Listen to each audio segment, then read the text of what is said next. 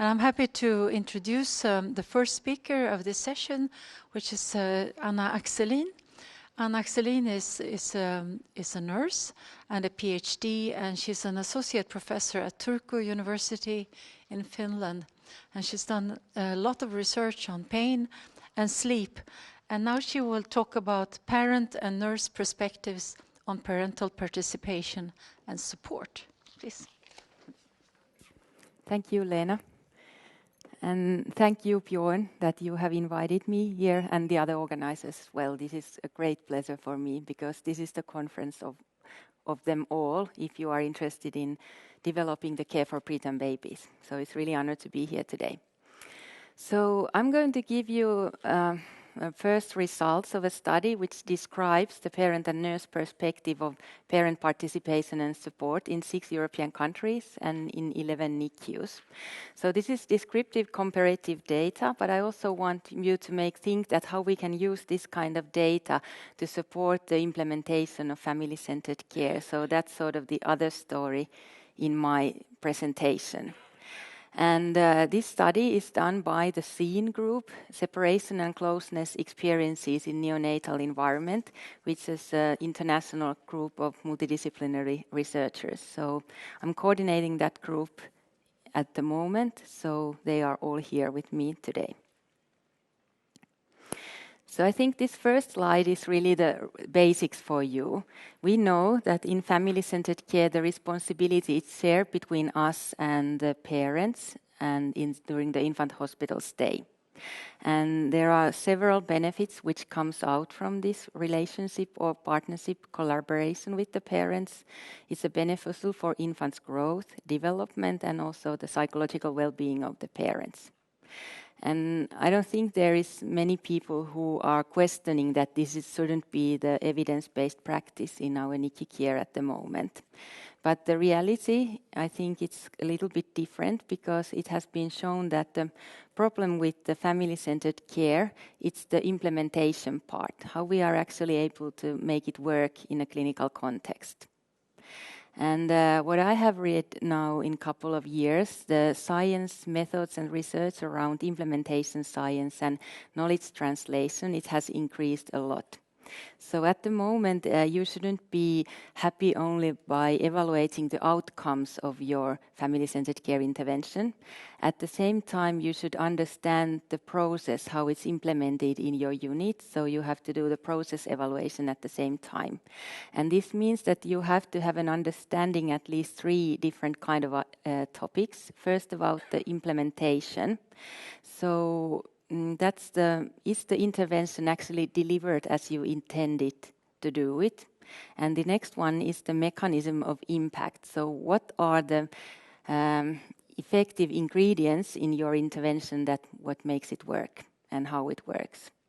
And the third one is the context, how the parents, nurses, doctors, whole NICU environment, hospital, even the society, how that shapes your intervention and its implementation. I won't go more in detail about these, but just to know and that there's a lot of methodological support that you can get to your implementation of your interventions. And that's where I would like to focus my research more in the future. But I pick up one point which could be useful when you are looking at this data. It's that monitoring, that's the one thing that supports the implementation. And I think it was already Bubu who said that you are monitoring the change in your units. So that's from Kitchen's theory. So it's important to monitor the development in your unit and get that feedback from the parents most of all, and then also from staff.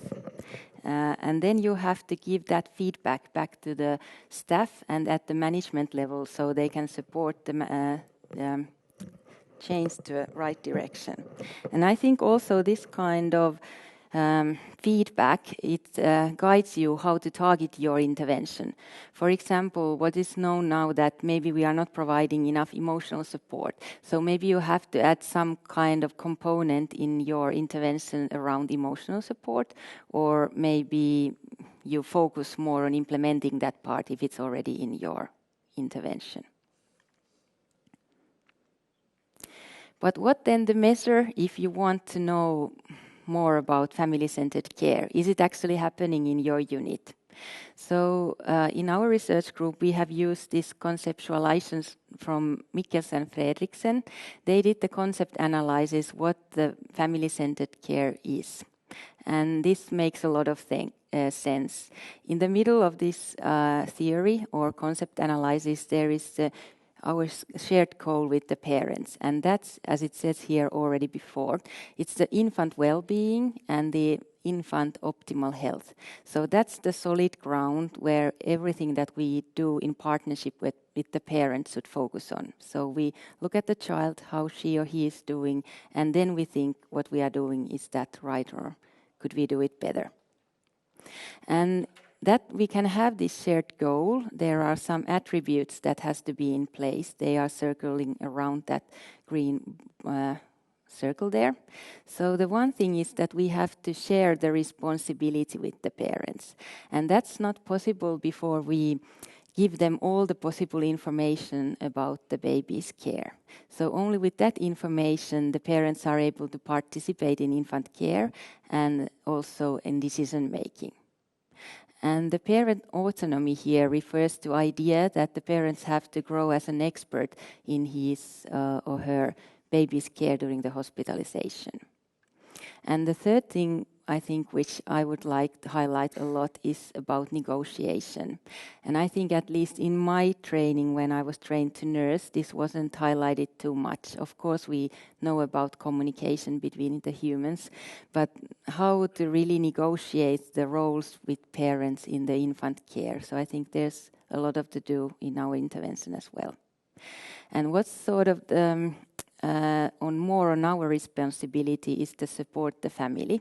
We have to support them emotionally and get to know them from individual basis so we can support as they need.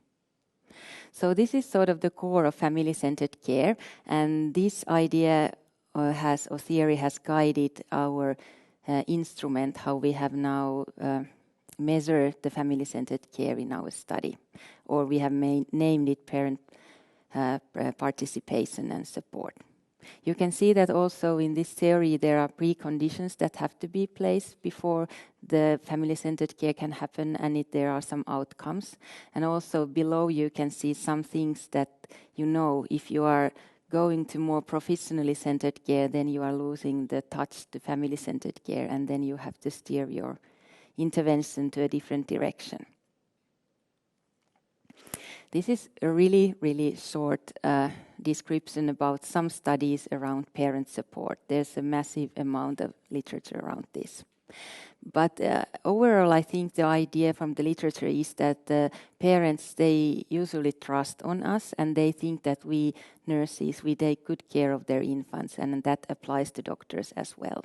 And this kind of care is sort of that we are the doers, so the parents are happy with that, but that's not family-centered care yet. And what has been highlighted that we should know more or develop the staff-parent communication and decision-making. And also the parents have constantly wished for more emotional support in studies. And one study that was done from the UK data showed that the nurses rated their support higher to the parents than actually the parents perceive it themselves. So that's one thing that we usually think that we are doing better than actually parents feel that we are. And if you're monitoring this parent support from the parent perspective, from nurse, and I hope in the future more from the doctor's perspective as well, so then you get more comprehensive understanding how well the family-centered care is implemented in your unit. So the aims of our study were here, or you can see them. So we wanted to describe the differences between the 11 European NICUs in 6 countries. And first we wanted to see if there is differences parental presence, participation, and perceived support from staff. And the opposite question for the nurses was that how they feel that they support, that how much they give support to parents. And also in this same study, we want to test the feasibility of our data collection methods, SMS messages and web questionnaire. Are they useful in monitoring the implementation of family-centered care? So here a little bit more about our methods. So we measured the family-centered care or parent participation and perceived support with 8 SMS questions, and they were covering the following aspects of family-centered care. We wanted to know about where the parents actively listened. Did they participate in care? Did the staff provide them individualized support, guidance and information? And did they do the decisions together? Did the parents trust on staff, or on the other hand, did the staff trust on parents? And also the one question was related to emotional support. So parents received in random order 1 out of these 8 questions as SMS messages every evening during the infant whole hospital stay. And then in those same units that the parents were, the nurses working at the bedside answered corresponding web question, 1 question after each shift. So these were the data collection method. And here is one example question. For example, if my child today would be in Huddinge, so in the evening at 9 o'clock, I would get this kind of question into my phone. To what extent did the staff offer you emotional support today? And then I would send a response, 1 if I think that it wasn't good at all, and 7 if it was the best I could imagine. And if I weren't able to visit or be in the unit that day, I would send a 0. And the same question for nurses would be, to what extent did you offer parents emotional support today? So if I was a nurse and I was walking out from the unit after my shift, I would click answer to 1 question like this. So who then participated in this study? So we approached all the families who have the infant born below 35 weeks of gestation. So in our data collection period, there was eligible infants a little bit over 500. And these babies were born in 11 NICUs, 1 in Finland, 3 here in Sweden, 3 in Norway, 2 in Estonia, 1 NICU in Spain, and the other one in Italy. And you can see that those, if you look at, we approached 500 families. So half of them, in these families, the mothers participated. And in total, they sent us 5,000 replies to our SMS questions. And 42% of the fathers participate. And from them, we got a little bit less than 4,000 replies. And during the 3-month data collection period, the nurses in these same 11 units, they provided us 11,000 answers. So then if we go to the findings, and first I want to give you an overview of mothers and fathers' presence in these 11 NICUs. So if we look at as a whole all these 11 NICUs in Europe, in 6 countries, we can see that the mothers were more likely to be present in the units than the fathers. So it was 90% of those days that they replied us to those SMS messages. And the percentage for fathers was 77. And then if we highlight some of the highest percentages, so the mothers are here in red. So the highest percentage was here in Danderud, and on the other hand, it was equally high, 98% in Spain, in Madrid. So the mothers were there most of the days. We sent them the message. And if we look the lower score or the percentages, actually there's one a little bit lower. In Estonia, 79% of the days in mothers, but all the others were like above 90%. And on the father's side, again here in Stockholm, fathers in Huddinge and Danderud, they were here most often in the NICU, 96 and 94%. And there was a little bit lower percentage in Estonia. The fathers didn't spend so many days in the NICU than in the other countries. So this is the overview about the presence. And then I have 2 figures about parent participation and perceived support from staff. I will walk you through these, so maybe they look a little bit complicated.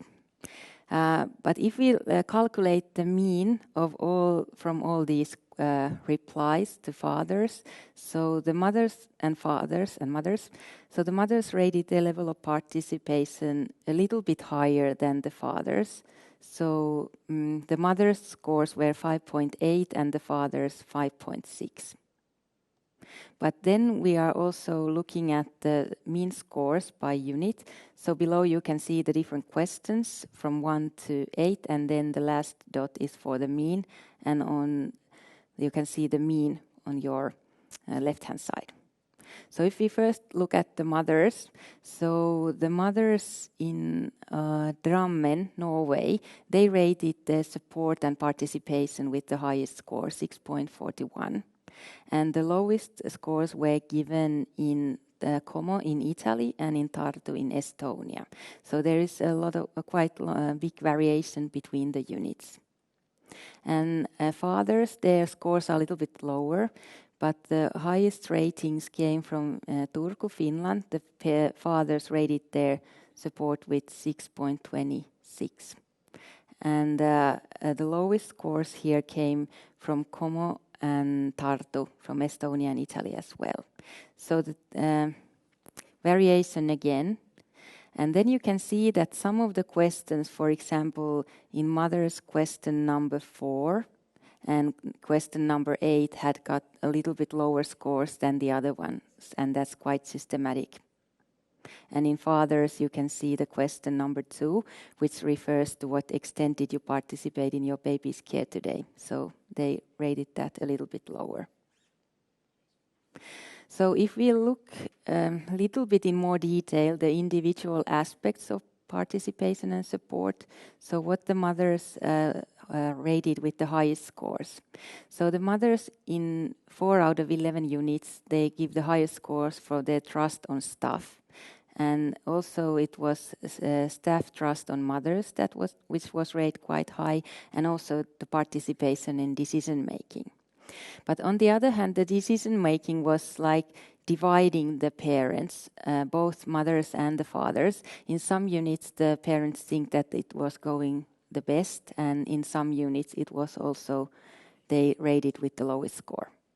But what was most often rated with lower scores was the emotional support, both by mothers and the fathers. So that's something that we could improve, I guess. And the father's case also, they said that or score most often with the highest score, the staff trust on them. So then we have these same scores from the nurse data. So the nurse worked with the parents in 79% of their shifts. And the time that they didn't see the parents was most often the night time, if the parents weren't able to stay in the NICU during the night. But what was really nice, and compared to the earlier studies, that these evaluations now they match really well with the parents' perception. And I think this is a good starting point to develop the care, that we are sensitive to the parents' need. We understand what we are providing, and the parents agree with that. So then we can develop the care easier. And also the same goes with the individual items that the nurses rated lowest was, again, they felt that they could do better with emotional support. And they rated with the highest score the parents' trust on them. So exactly the same thing that the parents see that were the best and worse, maybe not worse, but less good. And here you can see the variation in nurses' score. So I think the highest score were given nurses in Huddinge, 6.25, and the lowest score in Italy and in Estonia. So the nurses were really sensitive to the support that they were able to provide the parents. So I think if we conclude something about this data, so the parents are actively present in neonatal units in several European countries. So I think the percentages, especially with the mothers, are quite high or really high, and with the fathers a little bit less.